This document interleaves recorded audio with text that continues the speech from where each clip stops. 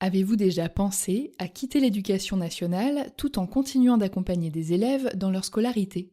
C'est ce qu'a fait Meriem, que j'ai eu la chance d'interviewer dans l'épisode 20 du podcast. Après avoir enseigné la physique-chimie pendant 10 ans, elle a choisi de devenir COSI, conseillère d'orientation scolaire indépendante. En France, ce sont les psychologues de l'éducation nationale qui sont en charge de l'orientation des jeunes, et on compte environ un psy-EN pour 1500 élèves.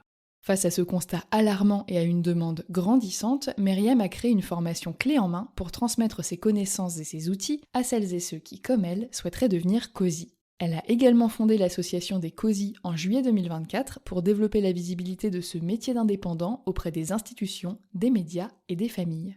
Si je vous en parle aujourd'hui, c'est parce que la 11e session de sa formation débute en mai prochain. Au programme, 8 séances de 4 heures de classe virtuelle durant lesquelles vous bénéficierez d'un enseignement pratique et concret, d'une communauté en ligne, de supports, de ressources et de méthodologies, de conférences mensuelles et d'un suivi post-formation trimestriel.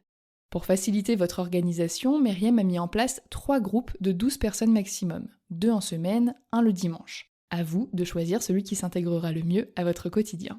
Depuis 2021, Meriem a permis à près de 300 personnes de devenir COSI, et un tiers d'entre elles étaient des profs. Alors si vous aimez transmettre, informer et travailler au contact des jeunes, tout en exerçant un métier qui a du sens, en toute autonomie et à votre rythme, cette reconversion pourrait bien vous convenir. Pour en savoir plus, rendez-vous sur son site internet meriemdraman.com et prenez le temps de répondre à son quiz intitulé « L'activité de COSI est-elle faite pour vous ?»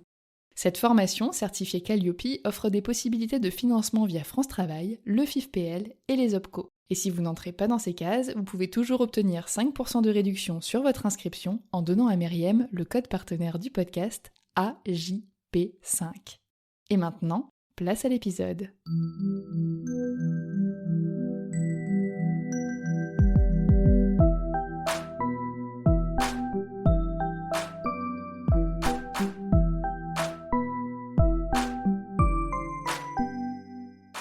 Bienvenue sur Avant j'étais prof, le podcast des enseignants en reconversion. Ici on parle sans tabou des doutes, des peurs et des déclics qui mènent les profs à se réinventer. Si vous avez déjà pensé à quitter l'éducation nationale, si vous avez peur de ne rien savoir faire d'autre qu'enseigner, si vous souhaitez vous informer sur vos droits ou si vous cherchez simplement des idées de métier, vous êtes au bon endroit.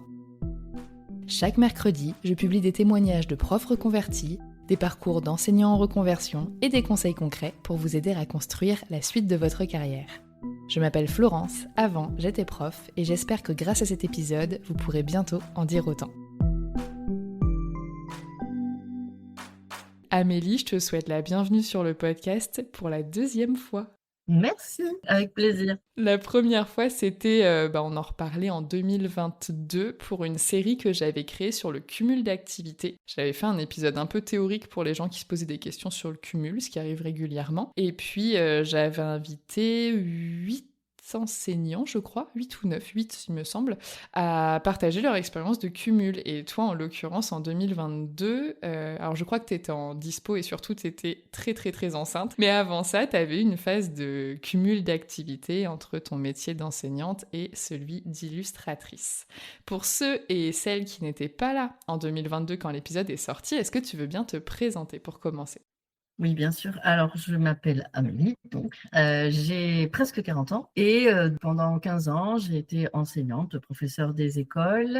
Et en 2019, j'ai créé mon statut, d'abord d'auto-entrepreneur, puis après d'artiste-auteur, parce que je voulais développer en parallèle donc, de l'enseignement mon activité d'illustratrice, parce que ça faisait un petit moment que j'avais envie de me lancer et en même temps une petite souffrance au travail qui commençait à s'installer, parce qu'elle date pas de 2019, elle date d'un peu avant quand même.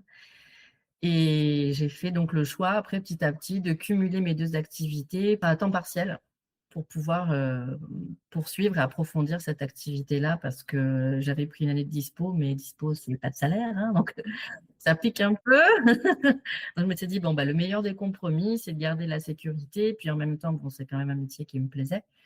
Donc, je vais cumuler les 2. Comme ça, en même temps, j'ai ma petite soupape avec mon activité d'illustratrice que j'étais en train de mettre en place et le métier d'enseignante de l'autre côté.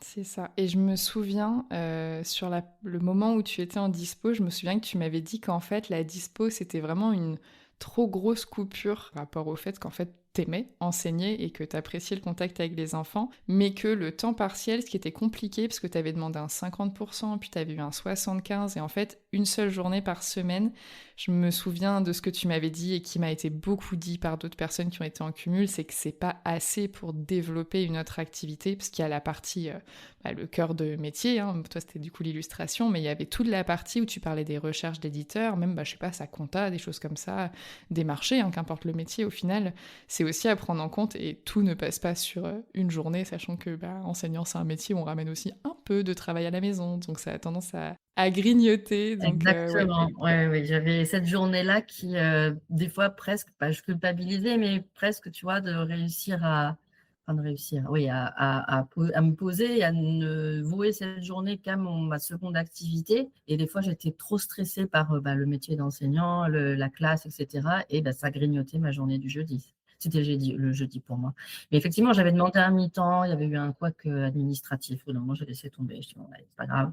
C'est déjà ça, mais clairement, 3/4 temps, c'est enfin, un quart temps pour son deuxième activité, c'est pas assez. Si on revient en arrière, est-ce que tu te souviens, toi, pourquoi t'es devenue enseignante? Alors moi, je suis devenue enseignante. À chaque fois, je pense à cette maîtresse, c'est madame Schmitt, ma maîtresse de CM1, CM2 que j'avais et en fait, j'ai toujours été très scolaire, moi. J'ai toujours bien aimé aller à l'école et bon, alors d'abord, il y a le petit truc un peu, tu sais, que souvent les enfants aiment bien faire, c'est les corrections, le stylo rouge, voilà. Mais en grandissant et en mûrissant, j'aimais, transmettre et surtout le lien avec les enfants. Je trouve que les enfants sont très, très intéressants.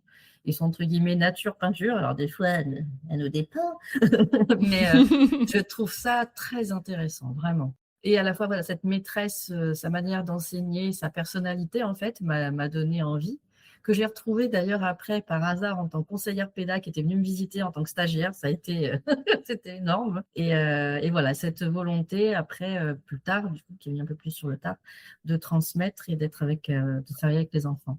Et au final, c'est ce que tu as retrouvé en exercice, parce que parfois on se projette sur quelque chose et puis quand on est dans le vif du sujet, c'est pas la même chose. Est-ce que toi, tu as retrouvé ça? Est-ce que tu as été heureuse d'exercer ce métier? J'ai été heureuse, oui. Oui et puis il me le rendait bien. Donc ce que je voulais alors je l'ai pas réussi tout de suite, hein, de toute façon on apprend un petit peu, sur le tas, hein. Pour moi, c'est pas l'UFM vraiment qui m'a aidée à être une professeure des écoles. J'ai vraiment apprécié la relation avec les élèves, pas forcément l'enseignement, donc j'apprécie d'enseigner, transmettre, mais vraiment cette connexion qu'il y a, cette confiance en fait et ce respect qu'on entretient au quotidien et qui nous lie et qui fait que finalement, quand on arrive à créer une bonne ambiance de classe où on est bien tous ensemble en fait. Je l'expliquais ça à mes élèves en CE1, je me rappelle et d'ailleurs l'élève une fois me l'avait ressorti. J'ai dit: «Une classe, c'est comme une maison en fait. Vous êtes tous les briques, on est tous les briques de la maison et s'il y a un élève qui est un petit peu égoïste ou qui embête les autres ou qui crée pas cette cohésion, eh bien, on enlève la brique du coup et la maison, elle se fragilise et la maison après, elle va s'écrouler. Donc je dis: «Il faut qu'on soit ensemble, il faut qu'on soit solidaires, on est comme une équipe et on se serre les pouces» et j'avais un élève qui me l'avait ressorti, j'avais trouvé ça très touchant parce que, je me suis dit: «Bon, c'est vrai qu'en CE1, c'est un peu dur des fois d'expliquer les choses» et il avait bien compris comme ça. Moi, c'était vraiment, même trop après moi, je m'y suis trop donnée, je voulais vraiment tous les aider, faire qu'ils soient tous bien en classe déjà, voilà. Parce que j'ai eu des élèves avec des histoires familiales, très complexes et donc je me disais: «Au moins à l'école, en classe, au moins ils sont bien». Voilà. Je crois que c'est ce qu'on est nombreux et nombreuses à vouloir, mais on n'a pas toujours les Les moyens ou même moyens, la capacité exactement, de réussir, tout voilà, à à fait. faire. On fait de notre mieux, mais notre mieux a un plafond, on va dire, par rapport à ce qu'il est possible et envisageable de faire. Et est-ce que tu avais déjà cette passion pour le dessin, l'aquarelle, l'art de manière générale? Enfin, est-ce que tu faisais déjà ça ou est-ce que ça t'est venu plus tard au moment où tu as pensé à une reconversion?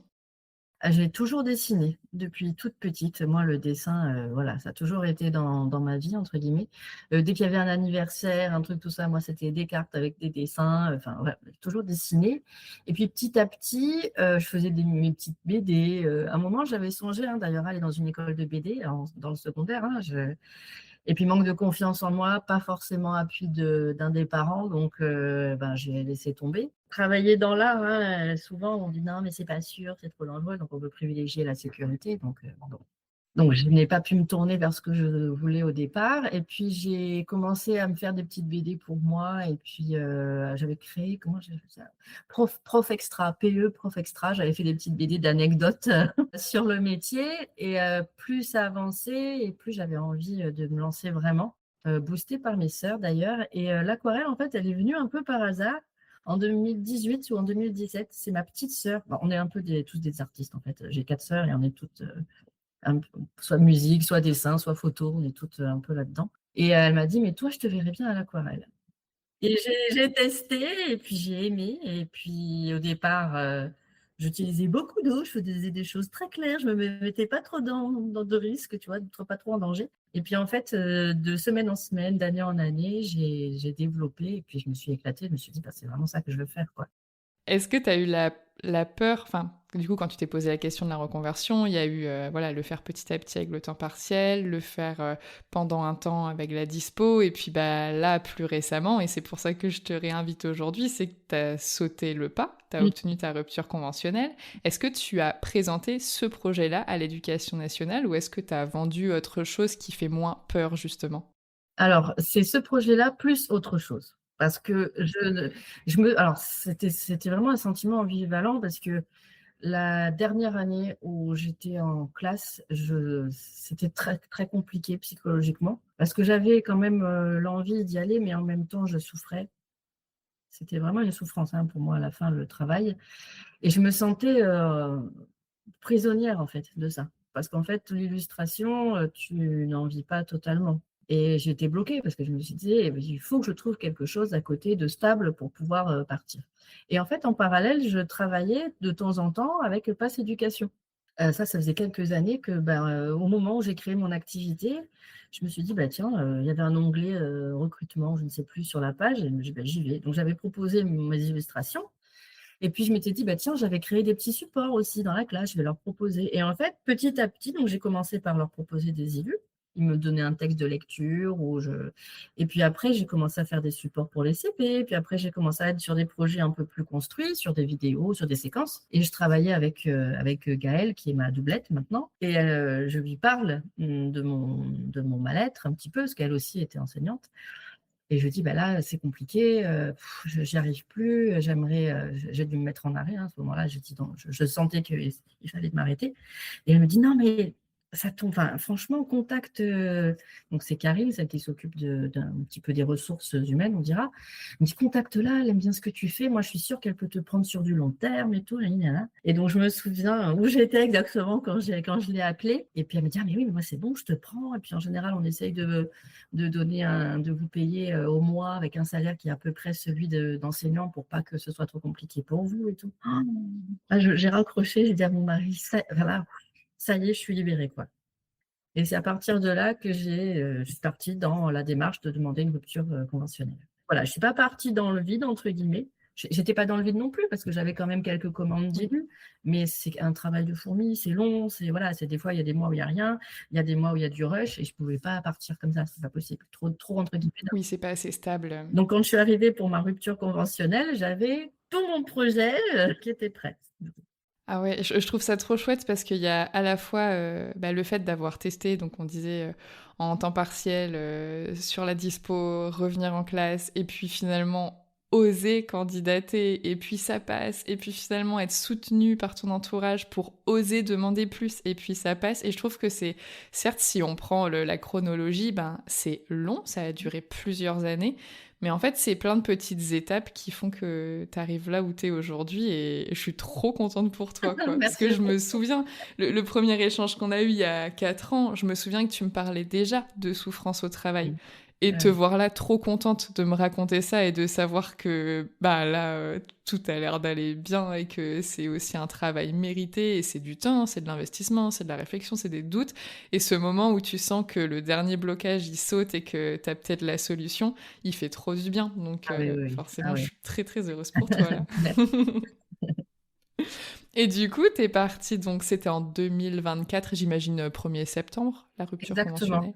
J'ai fait Ok. l'entretien en février Ouais. 2024 et 1er septembre 2024, je n'appartenais plus donc au corps des enseignants. L'entretien s'est très bien passé Ouais. parce que j'appréhendais beaucoup. Il y avait 3 personnes présentes, 2 en présentiel, 1 en distanciel.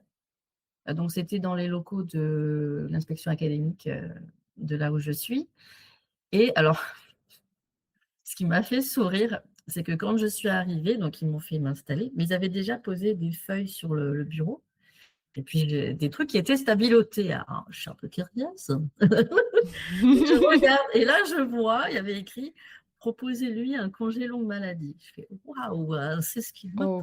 propose!» Géant. Oh waouh. Voilà, mais Alors que t'as un projet hyper bien ficelé, travaillé depuis des années, un ils le statut. savaient pas à ce Ah, moment-là. d'accord. Ils le savaient pas. Parce que ce qu'ils savaient, c'est que, bah, je pense qu'ils avaient vu que j'avais souvent été en arrêt, Oui. c'était écrit, sur les réseaux. Moi, en fait, je le cachais pas parce que, tu sais, dans les feuillets, tu peux, cacher la raison de ton arrêt Ok. et moi, en fait, je le mettais parce que je me disais: «Au moins, ils le voient, en fait et ils sont au courant que Ouais. pourquoi je n'y vais pas» et en plus, il y avait une personne, qui était en visio et cette personne-là, parce que les 2 autres, honnêtement, je vais être un peu n'ont pas servi à grand chose. Mais l'autre était vraiment très soucieux de savoir si je ne partais pas dans le vide. Ok. Il m'a dit, leur rupture conventionnelle, bon déjà ils étaient pas fermés, donc je trouvais ça parce que c'était pas forcément évident. On est en plus dans une période où il y a un petit panne de vocation, n'est-ce pas? Où les professeurs des écoles sont de plus en plus, en train de quitter le navire C'est une et ressource rare et précieuse. n'est-ce pas? Et il me dit: «Mais vous partez dans quoi? Parce que si vous partez, mais que vous avez rien et que c'est pour que vous soyez dans une situation précaire» et donc là, j'ai tout expliqué. Je dis: «Ben là, moi, j'ai ça, j'ai ça, j'ai ça, j'ai ça» et là, il m'a regardé, il m'a dit: «Bon, bah, écoutez, tant pis pour nous, mais tant mieux pour vous, hein. On va pas vous garder pour vous garder. Vous avez tout ce qu'il faut, donc c'est» Ah, donc tu savais en sortant de l'entretien que c'était plutôt très bien parti, quoi. alors, moi, je ne savais pas du tout, en fait, je ne m'attendais à rien, en fait. Je ne savais pas, juste que ce dont j'avais peur, c'est qu'ils ne veulent pas parce que justement, on disait qu'il y avait de plus en plus d'enseignants qui quittaient et que, voilà, je sais que dans certains endroits que les ruptures conventionnelles ne sont pas acceptées ou même les démissions, des fois, ne sont pas acceptées pour je ne sais plus quoi, remplir le service ou je ne sais plus trop le Oui, terme. nécessité de service. Voilà, merci et donc c'était ma petite appréhension. Mais en même temps, j'étais tellement décidée et je m'étais dit: «De toute manière, en fait, je leur avais dit: «De toute façon, c'est ou ça, ou de toute manière, je suis en arrêt, donc en fait, on n'y gagne rien. Parce que Ouais. quoi qu'il arrive, je ne serai pas devant la classe, parce que je ne peux plus» et en fait, j'ai même pas besoin de le dire. Voilà et j'ai même eu une somme qui m'a été octroyée, je ne sais plus comment ça s'appelle. Ton indemnité de départ. Merci. J'ai même eu donc cette indemnité-là, donc Ouais. que j'ai eue, ils ont été très rigolos. Tout a été respecté, les dates et cetera, donc il m'a permis de pouvoir, commencer un peu à faire des travaux pour installer mon atelier et cetera. Donc non, franchement, je suis sortie de là, comme dirait une célèbre reine des neiges, libérée, délivrée. J'allais dire par la grande porte, mais ça marche aussi. Mais oui, oui et vraiment, j'ai apprécié, ce monsieur parce qu'il était humain, ce qui est pas forcément, hein, mmh et après il me dit: «Vous avez un message à nous faire passer?» Je fais: «Ah oui! Je ne suis pas la seule dans cette situation-là, dans cette souffrance, pourquoi faites ci? Pourquoi faire ça? Pourquoi?» Je dis après je sais que c'est pas vous directement, je sais que c'est beaucoup plus complexe, mais il serait temps de prendre en compte, bon, bref, Ouais. la situation après elle est ce qu'elle est aujourd'hui, mais en tout cas cette personne, elle avait vraiment, étudié mon dossier, voilà, il était pas comme les 2 autres qui plus en mode pancarte. Oui, qui faisait acte de présence peut-être, Exactement, ce qu'il doit ouais. falloir peut-être un nombre de personnes ou tel type de Oui, oui, ils étaient personnes. pas méchants, hein, les pauvres, mais voilà, Ouais. heureusement qu'il y avait le gars d'Ajaccio parce que sinon on en a un peu tourné en rond. Ouais. Non, mais c'est bien de le dire parce que c'est vrai qu'on a tendance, mais même pour d'autres choses, quand tu vas, je sais pas, au restaurant, dans une boutique ou quoi, t'as tendance à retenir et à partager ce qui s'est mal passé. Et Exactement. on partage moins souvent ce qui s'est bien passé. Et je sais que moi, j'entends souvent dire, par exemple, que donc ça dépend des académies, mais les proxy RH, conseillers de proximité, enfin voilà, ça a un peu tous les noms possibles, imaginables, mais tout le monde me dit, ah, la RH chez moi, elle est horrible, j'ose pas la contacter, ou genre, j'ai entendu dire qu'elle était horrible, j'ose pas la contacter. Et moi, ma RH, vache, elle était génialissime.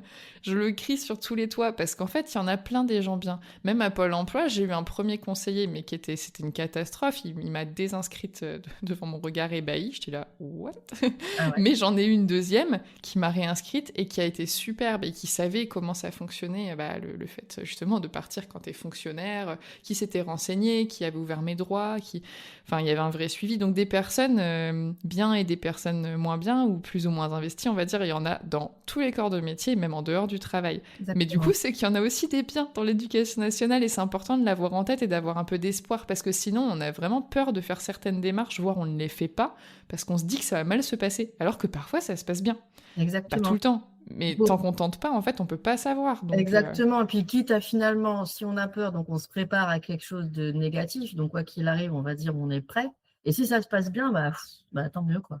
Il ça faut y aller. soulage. Parce Ouais. que, mais c'est pareil, hein, comme tu dis, des fois, c'est ah oui, mais on m'a dit que, ou apparemment elle est. Et en fait, des fois, selon toi, comment tu amènes les choses ou pas, des fois, pas forcément. Alors, des fois, oui, hein, malheureusement, les réputations, des fois, sont construites, mais des fois, non. Bon, autant Ouais. tenter. C'est-à-dire que j'ai pas mal, j'ai longtemps hésité, hein, à franchir le pas, mais après, mon mari m'a beaucoup appuyée aussi. Il me disait, mais de toute manière, si tu fais pas, tu sauras jamais.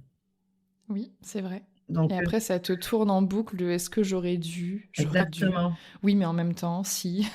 Et je crois que j'avais dit la même phrase d'ailleurs à l'époque, c'est la phrase de Big Flo et Oli, vaut mieux avoir des Oui, remords qu'avoir des regrets. Cette phrase, je trouve qu'elle est exactement. Et tu géniale. les as même cités. Ah ben Écoute, voilà, tu vois, je fais de la je pub, communiquerai promo. avec leur musique sur mes réseaux sociaux pour toi. Mais je trouve qu'ils ont raison, c'est vrai, c'est vrai. Oui, bah ouais, je suis entièrement d'accord avec toi. Et très heureuse du coup que tu aies pu l'avoir, sachant qu'en plus, toi là, c'est récent, mine de rien, c'était 2024. Donc tu as eu du chômage à l'époque de France Travail et non plus de Pôle emploi, parce que moi c'était Pôle emploi. Du coup, est-ce que tu peux me dire, toi, combien de temps tu as eu des indemnités? Est-ce que c'est toujours 2 ans ou est-ce que c'est 1 an et demi? Bah, écoute, tu vois, je découvre que je pouvais avoir des indemnités parce que je ne... Tu m'apprends un truc. Mais quoi? Tu t'es pas inscrite à Pôle emploi? Non. Tu rigoles? C'est une blague? Tu me sens le rire nerveux? Non, non, non, non, non, non, je savais pas, on m'a pas dit.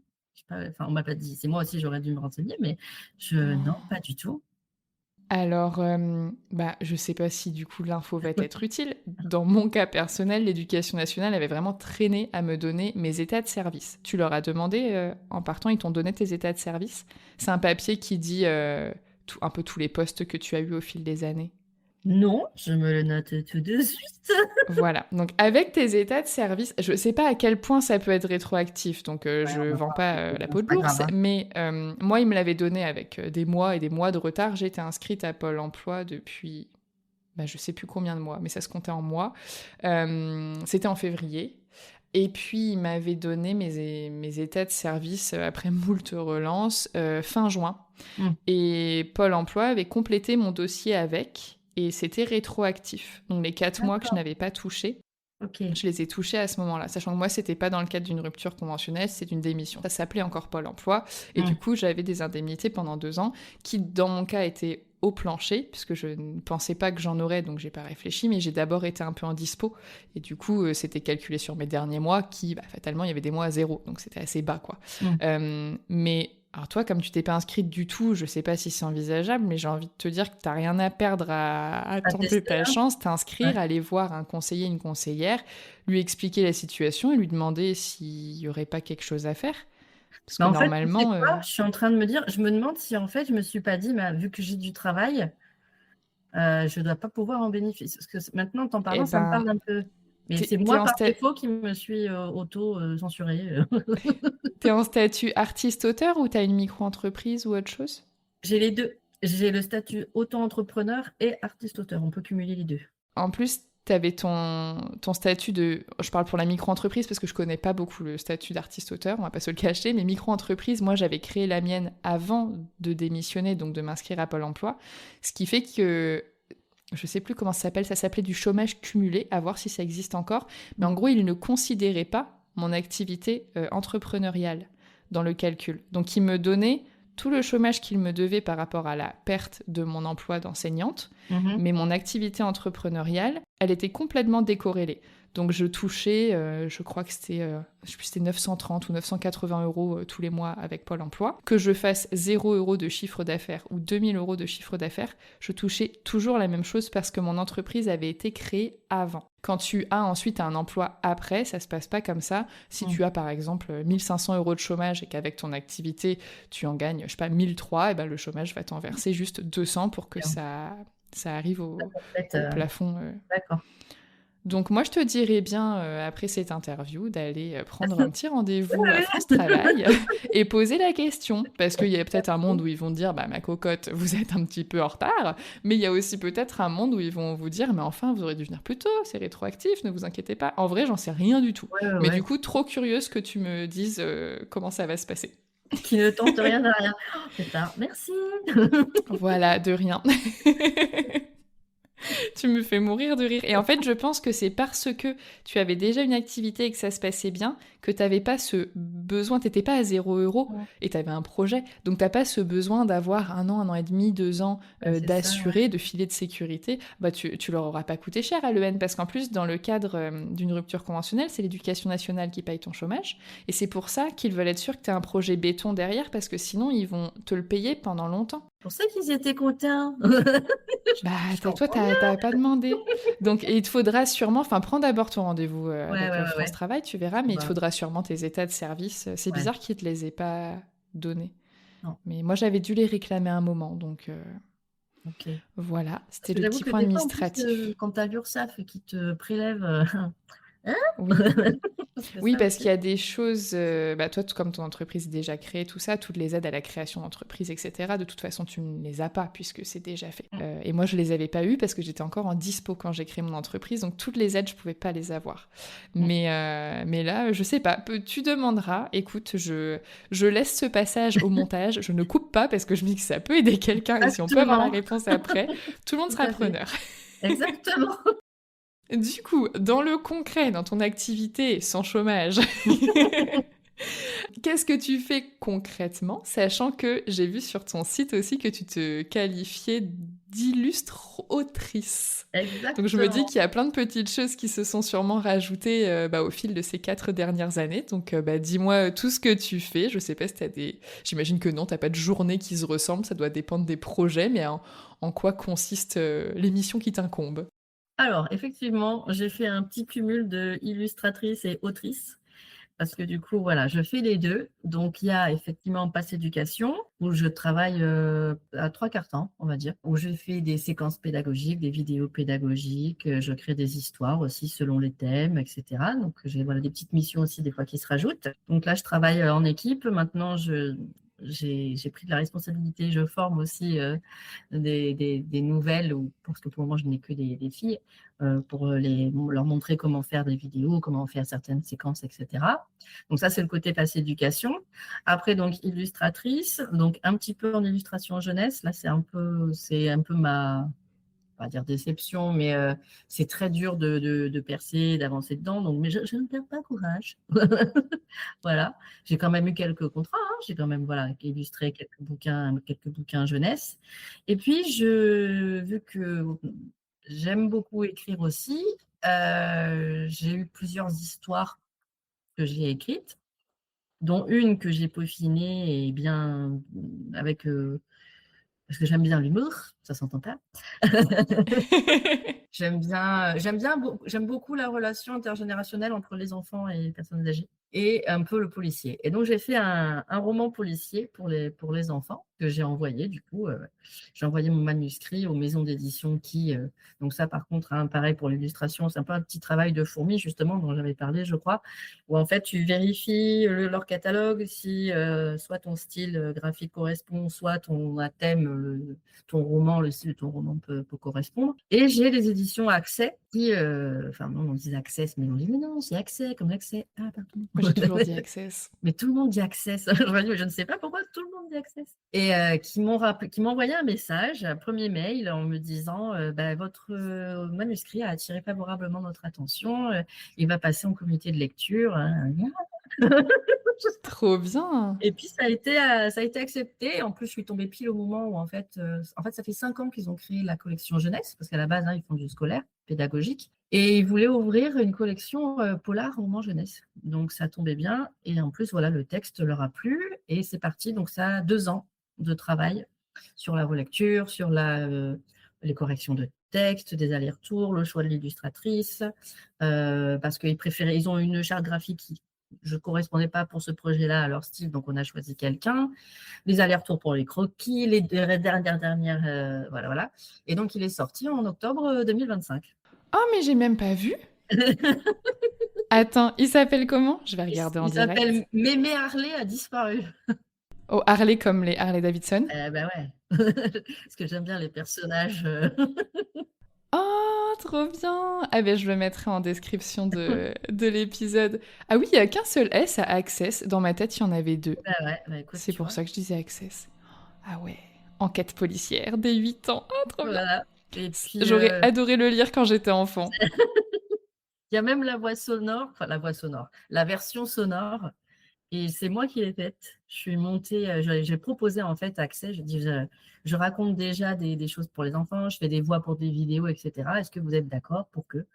Oui, oui, donc en fait, à l'occasion de leurs 30 ans, on a lié ça. Je suis montée pour fêter ça et en même temps, je suis allée dans le studio d'enregistrement et c'était génial, quoi. C'était vraiment top et là, ils m'ont dit: «Bah, nous, on aime bien, on pense que ça va bien marcher», parce que du coup, on a créé la collection Enquête en herbe avec ça et donc je suis en train de finaliser le deuxième manuscrit, la deuxième histoire. Trop bien. Voilà. Je suis contente. Mais Mais c'est un sacré boulot, effectivement, de se faire éditer. Enfin, c'est toute une ouais, réflexion. Et puis ouais. après, il faut trouver, il faut convaincre, faut... Ah oui, oui, et à côté de ça, j'ai de l'illustration pour, par exemple, j'ai fait des illustrations de commandes pour l'université de Corté, par exemple, ou pour la collectivité, voilà. J'ai des entreprises, des particuliers aussi pour des faire-part ou des illustrations, variées. Ouais, c'est hyper vaste, quoi. Exactement. Ouais, ouais, ouais. Est-ce que ça t'arrive de refuser des projets parce que bah, ça te plaît pas ou ça t'inspire pas? Je réfléchis. Ça me plaît pas, ça m'inspire pas. Pour le moment, non. On va dire que pour le moment, j'ai pas. J'ai toujours eu des projets qui ou alors une fois, je me suis dit: «Peut-être que mon style correspond pas» et j'ai testé, finalement ça a fonctionné. Tiens, ça me fait penser justement à une expérience. J'ai été contactée au mois de mai dernier par, Casaner. C'est une boutique, presque de luxe, on va dire, de bijoux corse, de produits de parfumerie et cetera. Et en fait, il fallait que je réalise, très rapidement des planches pour illustrer leur, packaging, et cetera pour Noël. Et alors là, j'ai fait une boulette et j'ai envoyé un mauvais devis. J'ai envoyé un devis monstrueux, mais en fait, j'ai fait une fusion de devis, je sais pas ce que j'ai fait. Je m'en suis rendu compte le soir, je l'ai appelé et tout, puis le lendemain, elle m'a dit: «Je suis désolée, mais en fait, quand on a vu la somme de votre devis, on s'est dit, bah, que jamais on pourrait négocier, donc j'ai perdu le truc». Ah mince. J'étais dans tous mes états, puis en plus, bon, après, je me suis dit: «De toute façon, j'aurais pas eu le temps» parce qu'il me restait 2 semaines et j'avais déjà en même temps un autre projet, je sais plus ce que c'était. Mais elle m'a dit: «Mais» donc je lui ai envoyé un autre devis en disant: «Si ça avait été, possible, est-ce que ce devis-là vous auriez, convenu?» Elle m'a dit: «Ah bah oui, en plus, mais j'aime bien ce que vous faites, peut-être qu'un jour on sera amenés à» et puis finalement, en juillet, elle m'a rappelée. Elle m'a dit: Oh. «Écoutez, l'illustratrice, n'a plus le temps de finir le projet. Est-ce que vous vous sentez?» Toujours un timing un peu serré, mais là, c'était, calme. Et en fait, le projet avait un peu évolué, c'est-à-dire que c'était plus des illustrations, comme elle m'avait demandé, mais là, on arrivait presque à des planches botaniques et ça, moi, j'ai jamais fait. J'ai jamais fait un Ah truc ouais. aussi précis. Donc je fais une première planche, alors elle teste et tout, elle me dit: «Bah, c'est bien, mais c'est pas encore assez si, j'aimerais vraiment comme ça, comme ça». J'en ai pas le Je réfléchissais la nuit en me disant: «Alors attends, là pour telle technique, la feuille elle est comme ça» et puis en fait finalement, bah, je me suis régalée. Alors je me suis mis un j'avais un peu la pression, mais en même temps je me suis régalée et je me suis dit: «Bah tiens, je sais faire ça». Donc finalement, tu as des trucs qui sont pas forcément dans ton domaine initial, on dira, ou dans ton style initial et tu as certains projets surprises où tu te dis: «Bon bah écoute, bah finalement, je suis trop contente quoi» et ça m'a permis aussi de diversifier un petit peu mes propositions d'IU, quoi. Ouais, et puis ça rejoint ce qu'on disait tout à l'heure. Tant qu'on n'essaye pas, on sait pas. Exactement. Tout à fait. Et du coup, tu vois, quand on a fait la deuxième version, je lui ai envoyé des photos à chaque étape en disant: «Là, c'est bon, là, c'est bon». Elle me disait: «Oh, c'est génial, oh, c'est parfait. Ah, mais là, presque, c'est naturaliste». Et là, je dis: «Ouais, c'est bon, c'est du bon». Ouais, après, en fait, une fois que tu as saisi, enfin, de toute façon, c'est toute l'histoire de la fibre artistique, hein, mais une Exactement. fois que tu as saisi ce que veut la personne, Après, c'est c'était plus parti. fluide, mais c'est vrai qu'au début, c'est pas facile, surtout si tu l'as repris après quelqu'un, faut aussi un peu se mettre dans les chaussons de la personne et Mais là, c'est ça pas va, toujours franchement, évident. ça va parce que c'était des projets qui étaient quand même, pas individuels, mais tu vois, il y avait un projet, c'était pour un tote bag. Après, c'était un autre, c'était pour illustrer une bougie. L'autre, c'était pour une autre bougie. Donc, comme l'illustratrice avait quand même fait quelque chose d'un petit peu naturaliste aussi, c'était pas choquant du tout. Tu vois, il y avait pas de, ils avaient quand même une idée bien définie de ce qu'ils voulaient, donc ça permettait quand même de répondre quand même à leurs attentes sans que ça choque, tu vois, de voir la différence entre les deux.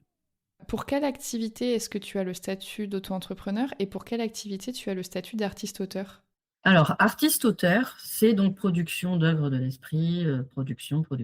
Tu as le droit d'avoir des activités accessoires à côté, mais qui ne dépassent pas un certain niveau de rémunération ou d'heures. Et en fait, à Ok, un moment, moi, ça a été un peu le calme plat au niveau des élus et j'avais plus de production parce que oui, je voulais dire aussi, je donne des cours d'aquarelle d'accord. parce que je m'ennuie, tu vois? Donc donc et du coup, j'avais plus à un moment, ça n'a pas duré longtemps, mais j'avais plus de salaire avec cet enseignement d'aquarelle que mes activités de production artistique. Et donc Ok, ça, donc du coup, activités d'aquarelle avec lesquelles tu factures en tant qu'auto-entrepreneur. voilà, c'est ça. En fait, D'accord. pour le coup, je déclare et puis en fait, ça arrivait qu'une seule fois, donc finalement, maintenant, je fais que artiste-auteur. Parce Ok. que là, le fait de travailler pour Pass Éducation, le salaire est quand même conséquent. Enfin conséquent, il est plus conséquent que celui de professeur d'aquarelle et j'ai quand même à côté, tu vois, de temps en temps, cette commande de l'université, la commande de Casaner, la commande de, bah, tiens, un éditeur, pardon, qui m'a appelé en me disant, bah, je ne sais plus si j'en avais parlé à ce moment-là, parce que c'était 2022. Donc, Lire, c'est partir. C'était une maison d'édition qui est très connue dans les écoles, parce que c'est un monsieur qui l'a créé pour donner accès à la culture à tous, et donc le bouquin coûte même pas 1 euro. Oui, ouais, je me souviens, bah, quand j'étais, enseignante, je me souviens Voilà. qu'on prenait des livres à lire, c'est partir. Mais je crois que tu m'en avais pas parlé la Ah, dernière fois, ça ah, devait pas encore être le ah cas. ben voilà. Et écoute, il m'a appelé. Et il me dit: «Bonjour, Vincent», ou quelque chose comme ça, je ne sais plus trop son prénom, pardon. Et il me dit: «Je vous m'aviez envoyé votre book en 2019». «Oui». Attends, 2022. «Oui, bah, j'aimerais que vous m'illustriez, ça, ça». Et encore, il voulait me donner un peu plus de boulot, mais j'avais déjà un truc, en parallèle, donc je ne pouvais pas.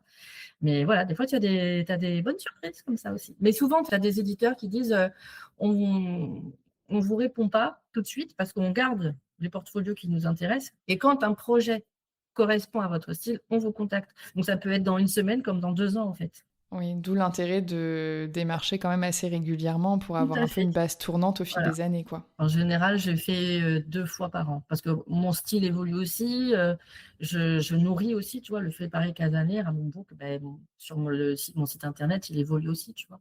Et avec, Pass Éducation, donc si tu es rémunéré avec un statut d'artiste-auteur, ça se passe comment au niveau des charges?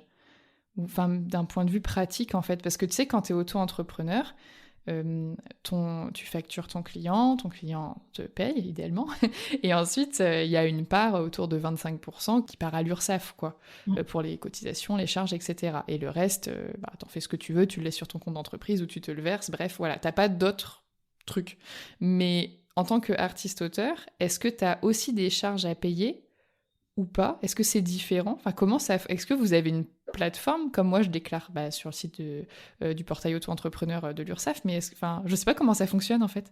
Alors ça fonctionne un peu pareil, en même temps pas pareil. En fait, avant, tu déclarais, tu avais la Maison des artistes et l'AGESA, je crois, que je dise pas de bêtises. Ça n'existe plus. Ils ont tout fusionné en un seul URSSAF. C'est l'URSSAF du Limousin qui s'occupe essentiellement des artistes auteurs. Ok. C'est un peu une usine à gaz quand il y a eu cette transition-là, moi, je ne l'ai pas vécu parce que j'ai direct connu l'URSSAF Limousin. Je crois que ça s'est fait 1 an ou 2 ans avant, moi, ce changement, ce transfert. Tellement une usine à gaz qu'il y a un groupe Facebook qui s'appelle URSSAF, machin, tout ça, j'y comprends que dalle, et auquel je fais partie. Et heureusement, j'en fais partie parce qu'on se donne tous des petits tips et des conseils et des trucs qui ne sont pas clairs. Parce qu'en fait, donc l'URSSAF du Limousin, comment ça marche? Tu crées ton statut, donc tu crées ta page dessus. Et en fait, d'office, dès le départ, même si tu es à 0, ils te demandent un premier paiement. Ok. Parce qu'en fait, ils travaillent en prévisionnel. Il faut une prévision sur l'année. Oh, waouh, ok. Voilà. Et au départ, panique à bord. Je te dis, mais attends, mais notamment pour ceux qui débutent, j'ai rien. Et c'est en allant sur ce groupe Facebook, non, mais regardez, il faut aller dans modulation, vous demandez à d'abord être à 0, et quand vous déclarez, ils lisent, naninana. Donc ça, ouais. Maintenant, je crois que ça, il y a un peu plus de communication là-dessus, mais moi, quand ça a débuté, voilà. Et en fait, chaque mois, je crois que c'est en avril ou en juin, c'est pas la même chose, mais bon, bref, printemps-été, on déclare ce qu'on a fait dans l'année, mais en fait, on va être prélevé de, quoi qu'il arrive, de ce ils prennent ça, ils font un prévisionnel à chaque fois. C'est très étrange comme truc. Et en fait, tu n'as qu'une seule déclaration annuelle, alors que moi, je me souviens quand j'étais entrepreneur, je déclarais chaque mois ce que j'avais et puis je payais, et voilà. Ah oui, ouais. Voilà, donc là, c'est, voilà. Et après, tu as ton échéancier. Moi, c'est par trimestre. Et là, cette année, ça a un peu piqué. Ça a piqué. Ah bah oui, parce En que oui, sachant, c'est pareil, c'est proportionnel, j'imagine, mieux tu oui, t'en sors alors financièrement, plus t'en payes, quoi. c'est plus intéressant artiste-auteur qu'auto-entrepreneur au niveau du pourcentage de charge. C'est un peu Ok. moins. Mais bon, ça pique tout autant. Et en fait, donc moi, je voyais, il me parlait de la retraite, il parlait d'IRSEC, IRSEC, je comprends rien. Parce qu'en plus, moi, tous ces trucs, j'y comprends, comme ils disent, que dalle. Tu vois d'ailleurs, hein, le chômage, j'étais même pas au courant. Enfin, j'ai dû savoir, mais sans vraiment. Et mon mari, d'ailleurs, qui me dit, mais il faut que tu appelles un comptable. Je pense qu'il faut que je le fasse parce que je me renseigne surtout. J'avais acheté des bouquins, donc ils m'ont quand même aidé, mais voilà, je ne maîtrise pas tout. Mm. Et puis, je vois qu'il y a la retraite, mais c'est infime, quoi, le pourcentage pour cotiser pour la retraite. Et il y en a qui disent, oui, mais il y a l'IRSEC. Mais alors, l'IRSEC, attention, vous ne pouvez cotiser à l'IRSEC que si vous gagnez tant par an à partir de cette somme-là. Donc, en gros, quand tu n'es pas beaucoup payé au départ, tu ne peux pas cotiser à l'IRSEC. Et moi, là, comme ça va et que j'ai mon salaire régulier de passe éducation, plus mes trucs, etc., j'ai reçu ma petite lettre de l'IRSEC avec Ah vous oui, nous devez tant. ok. Et je viens de regarder en ligne, du coup, c'est la Caisse nationale de retraite complémentaire des artistes-auteurs. Je savais pas ce que Exactement, c'était. ben voilà. Et là, tu te dis, alors attends, j'ai le trimestre de l'URSSAF, plus en même temps la retraite, ça picote un peu, rebelote. Je recherche dans le groupe Facebook, et là, un autre que je remercie, que j'ai remercié. En fait, il dit, ne vous inquiétez pas, vous pouvez payer en plusieurs fois. Pour cela, vous faites un premier virement qui n'est pas de la somme totale, le premier virement que vous pouvez. Et par défaut, après, on va vous proposer un échéancier. Après, toi, tu peux même demander un échéancier pour l'année d'après.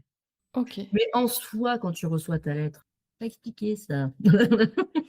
Ah ouais. Et du coup, toi, pour faire tes déclarations en tant qu'artiste-auteur, en fait, tu es obligé de garder toutes tes factures de l'année pour faire ta décla une bonne fois pour Ah, toutes, j'ai une quoi. comptabilité, j'ai un fichier Excel avec mes fichiers de facture, j'ai un fichier Excel avec mes recettes, etc.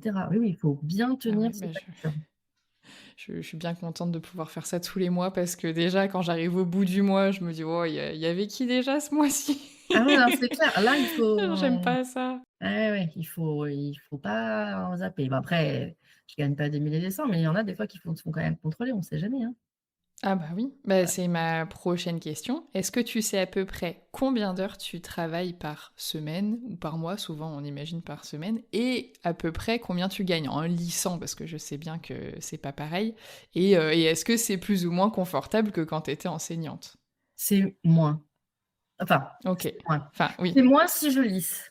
Parce que des fois, il y a des mois où je vais avoir passe éducation, plus le cours à la petite usine, plus la commande de Casanera, plus une dame qui de temps en temps me commande son IDU pour ses petits-enfants. Et là, je fais waouh, super bien gagné et tout. Puis après, tu fais le mois d'après, c'est un peu moins, et après, il y a ça.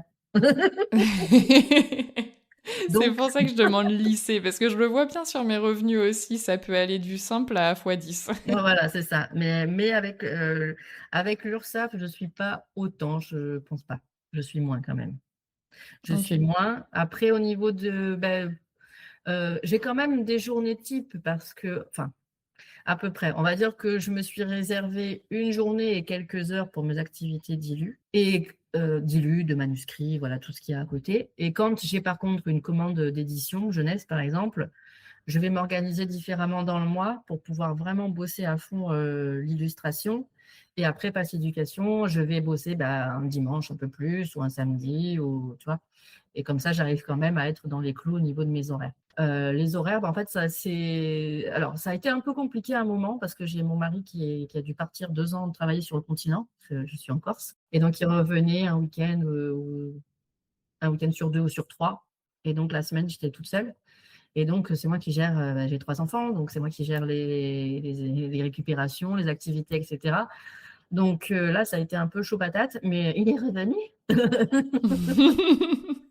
et bon, quoi qu'il arrive, donc je commence vers, 8h40, 9h, tu vois?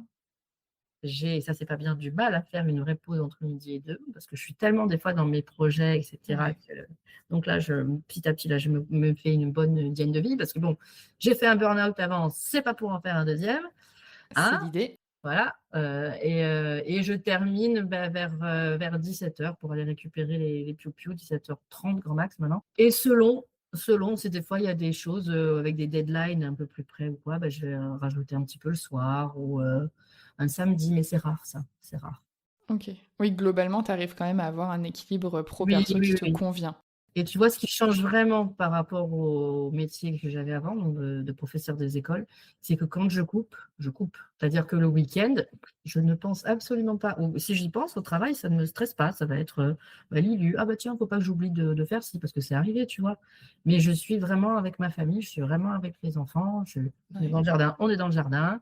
Je ne culpabilise pas, d'ailleurs non plus de le faire. Parce que déjà et c'est vrai que c'est assez, c'est une bonne équipe Pass Éducation parce qu'ils te disent quand ton travail, ils apprécient et ça, quand tu as un peu perdu confiance en tes capacités, un peu confiance en toi ou, tu as tendance à avoir voilà, ça fait du bien, ça rebooste un peu, quoi.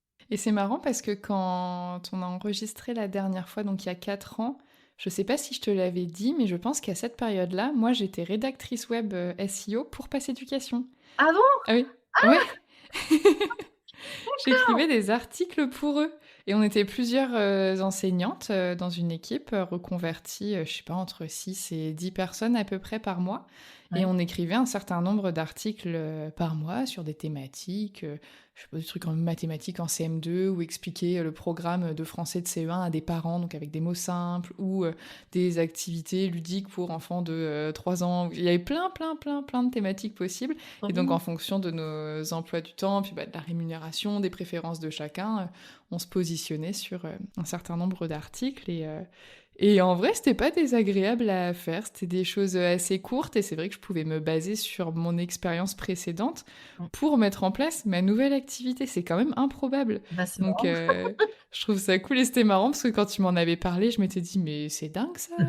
J'aurais jamais pensé en fait quand j'étais au sein de l'EN qu'on pouvait bosser pour eux. Ouais. C'est comme tu connais peut-être, Edumove, Oui. la plateforme pour les livrets, tout ça. Et ben, bon, qui est hyper complète d'ailleurs aujourd'hui, mais j'avais interviewé, Charlotte, la cofondatrice Mmh. et qui, elle, à la base, est enseignante et qui a monté ça, en étant en dispo et là, l'autre jour, ils recrutaient quelqu'un à Nantes et ils recrutaient du coup, un ou une enseignante qui connaît le métier, quoi Mmh. et j'aurais jamais pensé quand j'étais prof et que je faisais mes petits livrets que, potentiellement, un jour, il était possible de travailler de l'autre côté de mon Côté. écran, quoi. Exactement. Donc je pense qu'il y a des choses auxquelles on pense pas parfois, on n'a pas Tu mets idée, en fait. des blocages. En fait, moi, tu vois, autour de moi, j'ai pas mal de copines enseignantes, dont une auquel je pense là parce que je la vois régulièrement et qui, n'en peut plus. Elle est vraiment à bout parce que cette année, en plus, elle a vraiment une classe très, très difficile et elle songe de plus en plus à elle, voir pour des passerelles administratives, enfin voilà, pour, trouver autre chose et il y en a beaucoup qui disent: «Oui, mais le problème, c'est que je suis fatiguée, j'y arrive plus, mais qu'est-ce que je sais faire?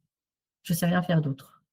Et en fait, le fait d'avoir toutes ces activités-là, je me rends compte que le métier d'enseignant m'a quand même énormément aidée. Pass Éducation, bim, l'illustration jeunesse. Enfin, je reste toujours, voilà, mon public, hein, privilégié finalement, si tu regardes, c'est encore les enfants. Les cours, que je donne, d'aquarelle, il y a des adultes, mais il y a aussi des enfants et c'est aussi enseigner, c'est aussi transmettre et la relation avec les autres, tu vois? Donc finalement, c'est des compétences qu'on voit pas. On va plutôt être dans des compétences, tu sais, comme, je veux être, mécanique, je sais pas faire ou mais il y a ces compétences un peu transversales, ce terme qu'on aime bien C'est aussi ça. dans le métier, en fait, qu'on a, même côté organisation, tu vois? Le fait aussi d'être formé justement ces 2 dames, à faire des vidéos et cetera. Si j'avais pas été enseignante, peut-être que j'aurais pas cette pédagogie-là, cette patience-là et cetera et en fait, on s'en rend pas compte, mais on Je suis on d'accord avec accumule toi. pas mal de capacités et de compétences. Oui. En fait, comme tu l'as très bien dit, c'est principalement des compétences transversales. Bon, après, il y a aussi toutes les compétences plus concrètes qui font moins partie de la personnalité, de l'humain, etc. Mais si tu prends vraiment le tout, on sait faire énormément de choses, sauf qu'on a tendance à avoir l'impression que ce qu'on sait faire, tout le monde sait le faire parce qu'on est entouré de profs qui savent le faire. Mais quand tu Mmh. sors de ce petit microcosme, tu te rends compte que Mmh mh. tout le monde n'a pas forcément ces compétences-là et que oui, il y a des choses qu'on sait pas faire, mais ce qu'on sait pas faire, c'est souvent des choses un peu plus techniques qui s'apprennent. Alors Exactement. que, je sais pas, être patient, être un bon communicant, être à l'écoute, c'est des choses qui, alors oui, s'apprennent, je vais pas dire le contraire, mais c'est pas comme apprendre, à faire fonctionner un nouveau logiciel, quoi. Ça prend un petit peu plus de Mmh mh. temps. Donc Exactement. heu, Ah oui, donc non, on mais est ca et on est c'est capable d'apprendre. On est capable d'apprendre nous et on est capable d'apprendre aux autres. Donc on part quand même avec un temps d'avance, sauf qu'on a tendance à voir ce qu'on ne sait pas faire et ce qu'on n'a pas, plutôt que ce qu'on sait faire et qu'on a. exactement. Puis c'est quand même un métier particulier. Je réfléchissais, le fait d'avoir, un entourage qui n'est pas enseignant. Tu te dis, c'est quand même un métier où il y a pas une règle. Tu vois, je veux dire n'importe quoi, mais le gars qui est programmeur ou qui fait ses logiciels, il sait qu'il va utiliser tel code, je dis n'importe quoi, tu vois? Et ça va marcher. Quand tu es enseignant, il y a pas de règle à suivre exactement. Tu dis pas: je vais être ah oui, alors pour enseigner, il faut exactement cette pédagogie, il faut enseigner de cette manière-là. Non, il y a plein de pédagogies différentes. D'une année à une autre, tu as des élèves différents, donc il y a certaines choses qui avaient marché l'année d'avant, qui ne marcheront pas cette année-là. Donc tu as aussi une remise en question, une adaptabilité qui font que ça aussi, ça rajoute aussi des Ah bah oui. compétences et cetera. Donc qu'on voit pas, mais qui sont concrètes et qui font aussi que ce métier est pas facile non Et plus. qui sont essentielles pour, que ce soit derrière travailler à son compte ou bien, entrer dans une entreprise ou bien intégrer une autre branche de la fonction publique ou enfin, ça sert à tout, mais même dans Exactement. la vie personnelle, enfin, pouvoir Tout à s'adapter fait, aussi, tout à fait. être aussi flexible et comprendre aussi bien les choses pour s'y adapter, le mieux possible, c'est une compétence de vie, en fait. Donc Mmh mh. c'est hyper chouette d'avoir ça. On a de la chance de l'avoir parce que c'est pas des choses, comme j'ai dit tout à l'heure, qui sont faciles à apprendre comme les compétences, techniques et pratiques, quoi. Je reviens juste Mmh. sur la question du salaire où tu disais que tu gagnais Mmh. moins qu'avant, mais est-ce que tu gagnes moins qu'avant, mais ça va et tu as le même rythme de vie, ou est-ce que tu gagnes vraiment moins qu'avant et c'est un sujet dans ton quotidien et ça te stresse et tu cherches plus de contrats et C'est moins qu'avant, mais ça va. OK. Voilà, c'est pas non plus la fin des haricots. J'ai aussi, bon, mon mari qui a un salaire qui permet aussi, voilà, de maintenir la barre, mais franchement, ça va, OK. ça va. C'est des en fait, des fois, tu te dis: «Pétard, l'Urssaf, ils prennent vraiment beaucoup» et comme tu es tout seul et que c'est toi qui t'y mets à 100 des fois, ça fait un peu mal, quoi.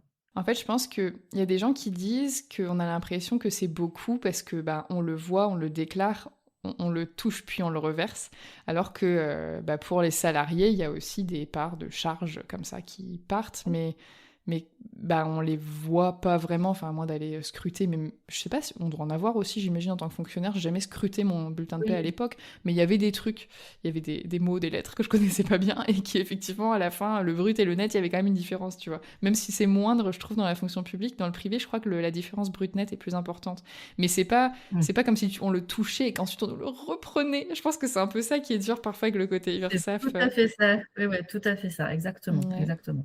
Mais tu vois, je regrette pas parce que j'ai moins de vacances, C'était la prochaine mais question. j'en Tu fais ça à ai merveille. ouais, ah, je fais les transitions, On je fais sent les transitions. l'expérience de la deuxième interview, quoi. Elle est plus à l'aise. Tu vois, j'ai moins de vacances, mais j'en ai pas besoin d'autant que j'en avais avant.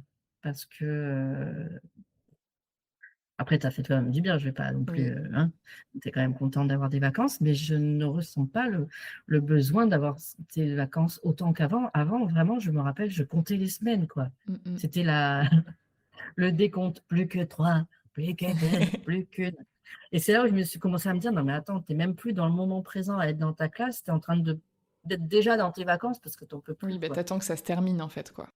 Exactement, hein, c'est ça, C'est vrai c'est que ça. sur du long terme, c'est difficile, je pense, de tenir comme ça. Enfin, c'est pas très sain, à mon avis, pour, l'équilibre. Mais Ah je non, pense non, que tu pas la non, seule. non. Enfin, moi, ça a été ça aussi et c'est marrant n'est pas le terme, mais de le voir, avec du recul, de me souvenir qu'il fut un temps, quand j'enseignais et pourtant c'est un métier que j'ai voulu faire et que j'ai aimé, de me dire que Mmh. 7 semaines de travail consécutif, ça me paraissait interminable. Et de voir que l'année dernière, je n'ai pas pris de vacances pendant 1 an et demi consécutif. Alors oui, j'étais fatiguée, mais en soi, Oui. en 3 week-ends off, ben, ça va. Enfin, je suis pas fatiguée au bout de ma vie, quoi. Je suis pas fatiguée Mmh avec mh. la pression et la responsabilité aussi de la vie d'un enfant qui est dans ma classe, tu vois? C'est pas du tout les mêmes enjeux je sais pas, d'échanger avec un client ou même d'enregistrer un podcast que d'aller à la piscine avec 30 gamins, enfin, je sais pas, c'est La piscine, c'est pas du tout j'adore ça, pareil. la piscine. Je crois que c'est mon moment préféré. Mais tu vois, ça me fait penser quand tu parles de responsabilité et cetera, parce que j'ai oublié encore, je suis intervenue aussi en classe, en tant qu'autrice et en tant qu'illustratrice. Enfin, autrice, pas encore, en tant qu'illustratrice et intervenante en art, en fait. Je suis allée, c'est l'année dernière, je suis allée dans une classe de CP pour les aider à participer à un petit concours artistique. CE1 pour faire une séance d'art plastique, pour montrer, tu vois, éveiller à l'aquarelle. CE2, c'était pour montrer la construction du livre, les illustrations d'un des livres que j'ai illustré chez, Lire c'est partir. Et avec les CM2, on a carrément fait un big projet parce qu'en fait, ici, il y a Pasquale Paoli qui est un personnage très important en Corse et on a fêté l'année dernière le tricentenaire de sa naissance. Et à l'occasion, il y a eu plein d'écoles qui ont fait des projets et cetera et la maîtresse de CM2 voulait, participer c'était pas vraiment un peu comme un concours, mais lancé par la collectivité de Corse, de faire une planche de BD sur, Pasquale et Paoli et un album jeunesse. Et du coup, je me suis lancée dans ce projet avec eux. C'était génial et je me suis vraiment éclatée et nombreux sont ceux à m'avoir dit: «Mais tu vois, là, tu t'es éclatée parce que tu avais pas la responsabilité. Là, tu es venue, tu étais en accompagnement, tu as transmis, tu as eu le plaisir que tu ce lien que j'apprécie avec les élèves qui me l'ont d'ailleurs, tout autant rendu et j'avais pas cette pression qu'il y a initialement, et cetera. Et franchement, ça m'a beaucoup plu et je pense que enfin, je vais encore proposer d'intervenir. Là, j'ai potentiellement une copine, après là, c'est, la monnaie, le nerf de la guerre. Il y a des écoles qui ont pas beaucoup de finances, donc ça, c'est un peu compliqué. Voilà, c'était très intéressant. Tu vois, j'ai quitté un métier, mais pas totalement Ouais, finalement. En le diversifiant aussi et en le mêlant à ma passion. c'est ça. Et ce qui fait que peut-être aujourd'hui ça ne te manque pas parce que tu arrives toujours à l'avoir d'une certaine façon? Exactement. Des fois, ça me manque un peu quand j'ai des moments de comment dire? Des semaines, où je suis vraiment seule au bureau, parce qu'en plus, toute seule toute la journée. D'ailleurs, c'est ce que j'avais dit dans l'interview. Toute seule toute la journée, des fois, quand j'étais toute seule en plus pendant 2 ans et que tu retrouves que tes enfants, du coup et ouais, des fois l'interaction, voilà, des fois ça me manque un peu, mais comme tu le dis, tu vois, je le retrouve quand je donne des petits cours, quand j'interviens et finalement c'est très bien. C'est très bien comme ça. Bon, pas de regret du coup? Non, aucun regret, 0. Tu es fière de ton parcours? Oui. Tu peux. Je merci.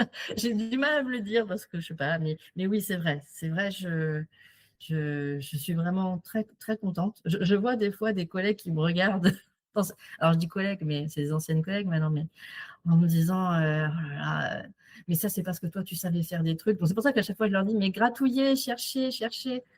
Et puis, il y en a pour qui tu as l'impression qu'ils te regardent en disant: «Bah, elle, en même temps, c'est facile». Non, ça n'a pas été facile. On Ça a duré des années. Souvent, les gens pensent que c'est facile ou ils ont pas l'espace-temps, tu sais? Parce qu'ils sont pas forcément au courant ou ils ont l'impression que je sais pas, j'ai exagéré en disant du jour au lendemain, mais en 1 année ou en quelques mois, ça s'est fait. Mais c'est sûr, il faut se dire que c'est pas forcément, rapide. C'est pas aussi rapide qu'on le souhaiterait. mais ça en vaut quand même la peine, quoi. Puis Quand on peut, on a souvent l'impression que c'est plus facile chez les autres parce qu'on n'est pas à l'intérieur de la vie des autres et qu'on eh on oui. se transmet dans la on se transpose dans la situation de l'autre avec ses problématiques à soi et on se dit, Mmh. bah, admettons pour toi, quelqu'un va peut-être se dire: «Ah bah oui, mais pour elle c'est facile, elle a eu la rupture conventionnelle». Mais en fait, il y a Mmh. des gens aussi qui arrivent sans avoir eu la rupture conventionnelle, sans avoir de chômage, Mmh. en faisant parfois des choses pour lesquelles ils n'avaient aucune aptitude parce qu'ils sont partis sur, passer un concours de la fonction publique, j'en sais rien, aux impôts ou à l'INSEE et puis ils Mmh. apprennent tout alors pas de zéro parce qu'on est quand même adulte, on a eu une vie, on a des expériences et tout, mais tu Mmh. repars quand même, bah, assez bas sur l'échelle de nouvelles, choses quoi et tu Mmh peux mh. c'est en fait, il y a pas de bonne façon de faire, il y a pas de bon timing, il y aura toujours une part de stress et de «je suis pas sûre» et ça peut être, voilà, en commençant par un cumul, ça peut être en commençant pendant une dispo et il y en a qui vont dire: «Bah oui, mais moi je l'ai demandé et je l'ai pas eu» et ben, du coup, t'as pas passé par la porte, beh, cherche la fenêtre et des fenêtres, il y en a plein et Exactement, parfois c'est tout à long, fait. quoi. C'est long, mais il y a Oui. des choses qui sont possibles. Il y a bon, c'est pas, bien dans la théorie de le faire, mais des personnes qui sont en arrêt parfois pendant très longtemps, dans des situations de souffrance au travail extrême à qui on propose pas de solution, bah, on peut aussi, Mmh. avancer et s'auto-former si on va bien quand on est en dehors de la classe et qu'on a cette énergie-là. Enfin, on n'est pas obligé de faire un truc énorme tout de suite. Ça peut être plein de petits pas, plein de petits tests, jusqu'au jour où, je sais pas, il y a un moment, c'est comme si, il y a une nouvelle, une info, une chose qui fait que on se dit: «Bah, ouais, là, je le sens».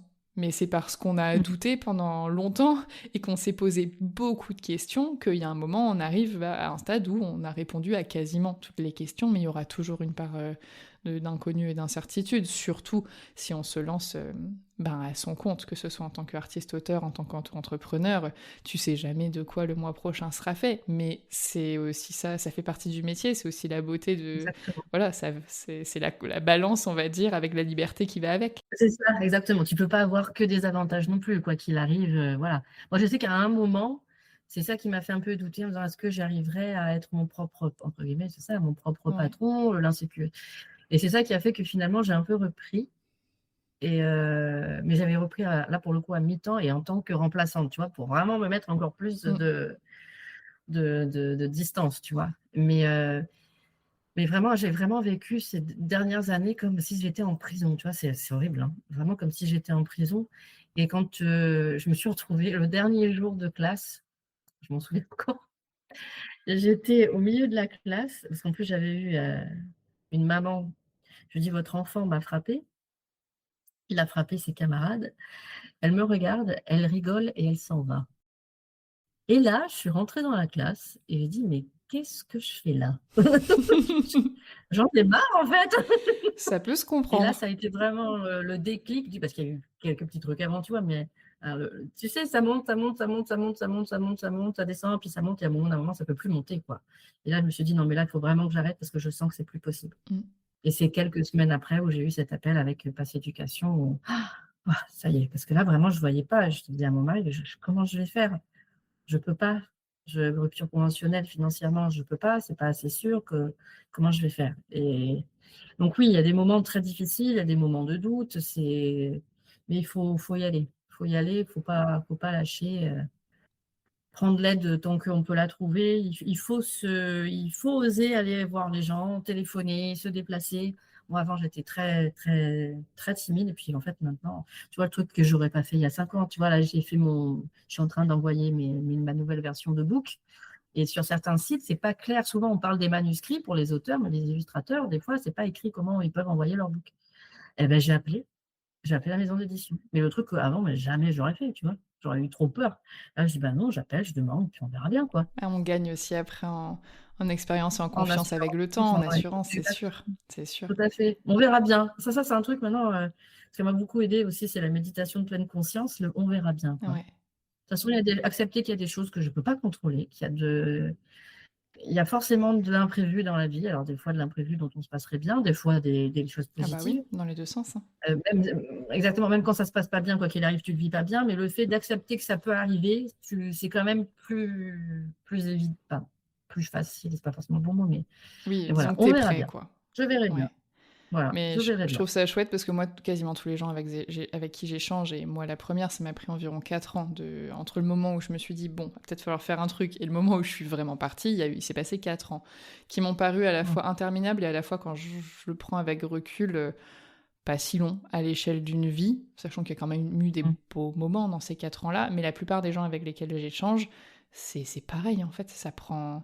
Enfin, c'est rare que tu te dises, tiens, je changerais bien, et que le mois d'après, t'aies changé, quoi. Ah Je suis non, pas sûre d'en connaître. Au ouais. pire, une année, tu vois, parce qu'en cours d'année, tu te dis, allez, non, c'est fini, et tu vises la rentrée prochaine, donc allez, je sais pas, 6 mois, 8 mois. Mais au bout de ces 6 mois, 8 mois, c'est pas dit que tu aies un nouveau métier, ça se trouve juste tu démarres une nouvelle formation.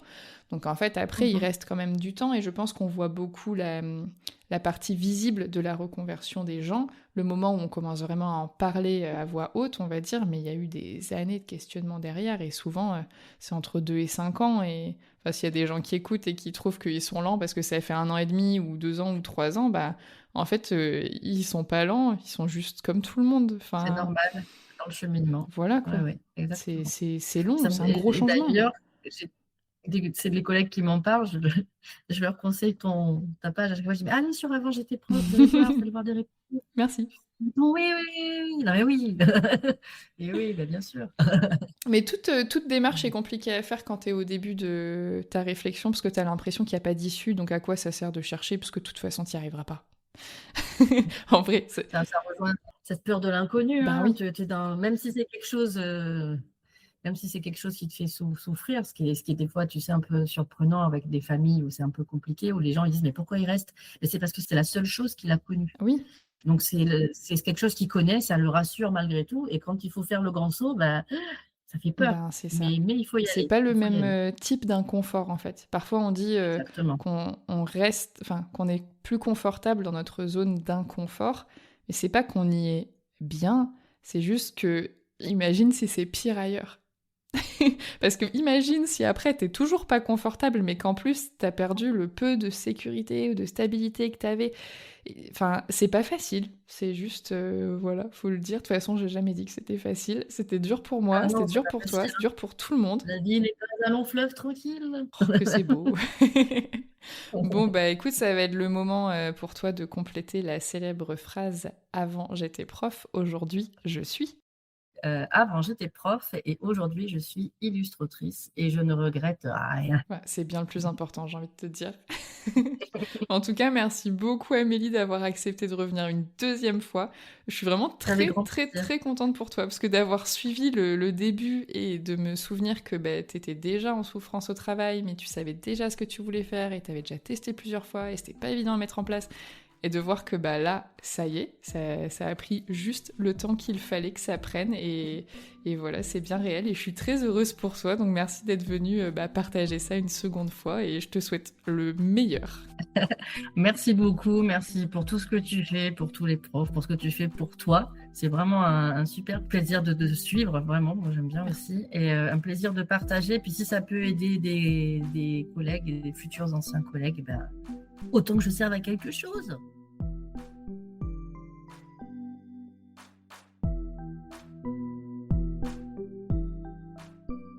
Merci d'avoir écouté cet épisode jusqu'au bout. Pensez à vous abonner au podcast pour ne pas rater les prochains. Pour m'aider à faire connaître l'émission, vous pouvez la noter et la commenter sur votre application d'écoute. Je vous invite également à la partager avec vos proches, vos collègues et sur vos réseaux sociaux. Retrouvez l'actualité du podcast sur Instagram et Facebook @avantj'étaisprof, et si vous avez besoin d'aide dans votre propre reconversion, jetez un œil à mon site internet avantj'étaisprof.com. Vous y trouverez la liste de tous les épisodes du podcast, des articles de blog, des idées de formation et mes propositions d'accompagnement. À bientôt!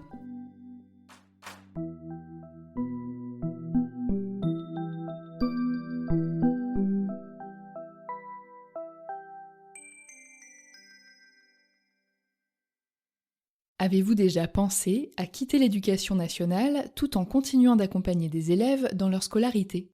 C'est ce qu'a fait Meriem, que j'ai eu la chance d'interviewer dans l'épisode 20 du podcast.